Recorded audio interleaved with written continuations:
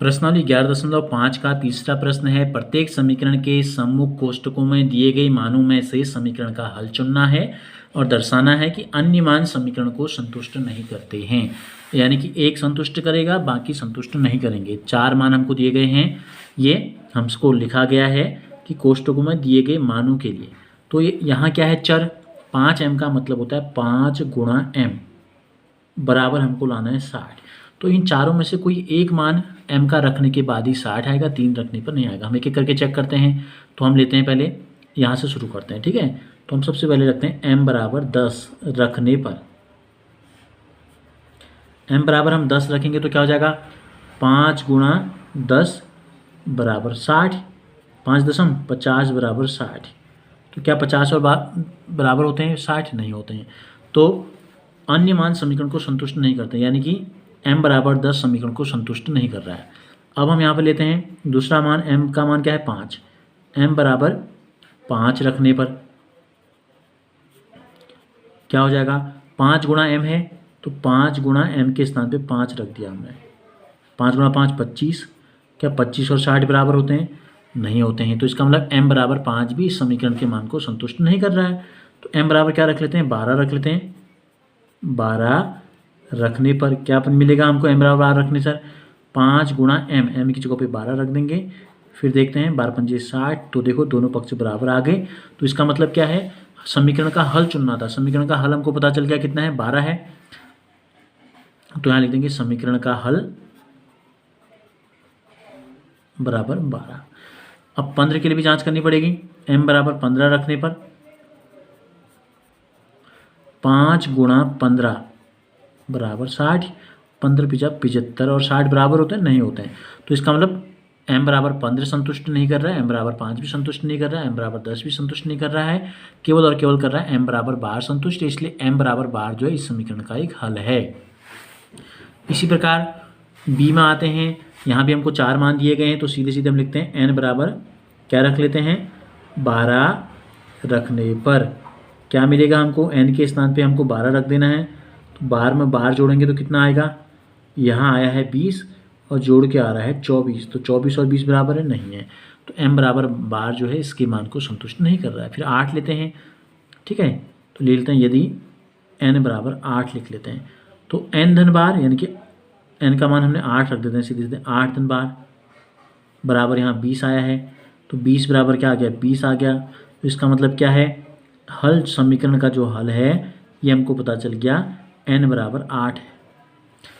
20 के लिए चेक करते हैं, नहीं है तो ये भी हमको दिखाना है। तो ये हो गया n धन, n का मान 20 आ गया तो 20 धन हो गया बार, उत्तर आया है 20 और जोड़ के आ रहा है 32। तो 32 और 20 तो बराबर होते नहीं है, तो इसलिए ये मान को संतुष्ट नहीं कर रहा है। इसी प्रकार यदि हम चौथा मान रख दें, यदि n बराबर 0 रख दें तो n में हमें जोड़ना है 12 और उत्तर आ रहा है 20। तो 12 और 20 बराबर नहीं है, तो इसलिए ये n बराबर 0 भी संतुष्ट नहीं करता, 20 भी संतुष्ट नहीं करता और n बराबर 12 भी संतुष्ट नहीं करता। केवल और केवल करता है n बराबर 8 संतुष्ट। इसलिए n बराबर 8 जो है इस समीकरण का एक हल है। तो इसी प्रकार इनको भी करेंगे। p ऋण 5, p की जगह पर 0 रख देते हैं। यदि p बराबर 0 ले लें हम तो ये कितना हो जाएगा, 0 ऋण 5। 0 में से 5 घटाएंगे तो ऋण 5 आएगा और दोनों बराबर है, नहीं है। तो ये संतुष्ट नहीं कर रहा है। अब यदि हम p बराबर 10 ले लें तो 10 ऋण 5 कितना आएगा, 5 आ जाएगा। तो इसका मतलब समीकरण का जो हल है वो p बराबर 10 है। p बराबर क्या है, 10 है। ये समीकरण का हल है। अब 5 लेके करते हैं। यदि p बराबर 5 ले लें तो क्या हो जाएगा, 5 ऋण 5, यहाँ 5 लाना है। तो 0 और 5 बराबर होते हैं, नहीं होते हैं। तो ये भी संतुष्ट नहीं कर रहा है। अगला लेते हैं, यदि p बराबर ऋण 5 दिया है तो p ऋण 5 था तो ऋण 5 हो जाएगा। उत्तर लाना है 5, जबकि ये आ रहा है ऋण 10। तो ये भी बराबर नहीं है। तो ये 1 2 3 समीकरण के हल नहीं है, p बराबर 10 समीकरण का हल है। इस प्रकार डी में आ जाते हैं। यहाँ हमको 7 रखना है, q का मान 7 रखना है। यदि q बराबर हम ले लें 7 तो 7/2, q के स्थान पर 7 रख देंगे। 7/2 और 7 बराबर होते हैं? बिल्कुल बराबर नहीं होंगे। 7 का आधा और 7 बराबर नहीं हो सकते। फिर q बराबर क्या ले लेते हैं हम, 2 ले लेते हैं। तो 2/2, 7 होगा, नहीं होगा। 1 और 7 बराबर होते हैं, नहीं होते हैं, तो दूसरा मान भी क्या है, समीकरण को संतुष्ट नहीं कर रहा है। यदि हम q का मान 10 ले लें तो कितना हो जाएगा, 10/2 बराबर 7 आएगा, नहीं आएगा। 5 और 7 बराबर होते हैं, नहीं होते हैं, तो ये भी मान को संतुष्ट नहीं कर रहा है। अब हम चौथा मान रखते हैं, यदि q का मान 14 है तो q/2 बराबर 7 आता नहीं आता, 2 7 14, 7 बराबर 7 आ गया। तो इसका मतलब इस समीकरण का जो हल है वो कितना है, वो 14 है। ई में अगर हम देखें, r का मान दिया है 4, तो यदि r का मान हम 4 ले लें तो 4 ऋण 4 0, 0 बराबर 0, तो इसका मतलब इस समीकरण का हल हमको पता चल गया, हल है r बराबर 4। अब बाकी के लिए भी हमको जांच करनी है। यदि r का मान ऋण 4 हो तो ऋण 4 रखना पड़ेगा हमको, ऋण 4, उत्तर लाना है 0, जबकि यहाँ उत्तर आ रहा है ऋण 8, तो ऋण 8 और 0 बराबर नहीं है, तो ये मान इस समीकरण को संतुष्ट नहीं कर रहा है। तीसरा मान देखते हैं, यदि r बराबर 8 हो तो 8 ऋण 4 बराबर 0 लाना है, जबकि यहाँ आएगा 8 में 4 घटा के 4 आएगा, ये दोनों बराबर नहीं है, तो ये r बराबर 8 भी समीकरण के मान को संतुष्ट नहीं कर रहा है। यदि r बराबर 0 ले लें तो 0 ऋण 4, 0 में से 4 घटाएंगे तो 0 आएगा, नहीं आएगा, कितना आएगा, ऋण 4 आएगा, तो ये भी बराबर नहीं है, तो ये भी इस मान को संतुष्ट नहीं कर रहा है। तो हल कितना हो गया, r बराबर 4 हो गया।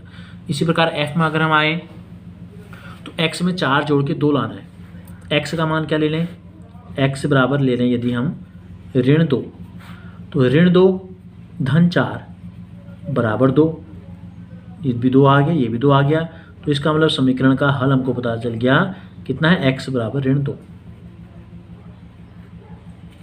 हल हमको पता चल गया। यदि हम x का मान 0 ले लें तो 0 में 4 जोड़ के कितना आएगा, 4 आएगा, जबकि उत्तर कितना आ रहा है, 2, ये बराबर नहीं है, तो ये भी संतुष्ट नहीं कर रहा है। यदि हम x का मान 2 ले लें तो 2 धन 4 6 आ जाएगा, जबकि यहाँ कितना आ रहा है, 2 आ रहा है, तो 6 और 2 बराबर होते हैं, नहीं होते हैं, तो ये भी संतुष्ट नहीं कर रहा है। यदि हम x बराबर 4 ले लें, यदि हम x का मान ले लें 4, तो 4 धन 4 8 आ जाएगा, जबकि बराबर के दूसरी तरफ हमको 2 दिया है, और 8 और 2 बराबर नहीं होते हैं, तो ये 3 मान संतुष्ट नहीं कर रहे हैं और ये मान संतुष्ट कर रहा है, तो ये x बराबर ऋण 2 इस समीकरण का जो है एक हल हो गया।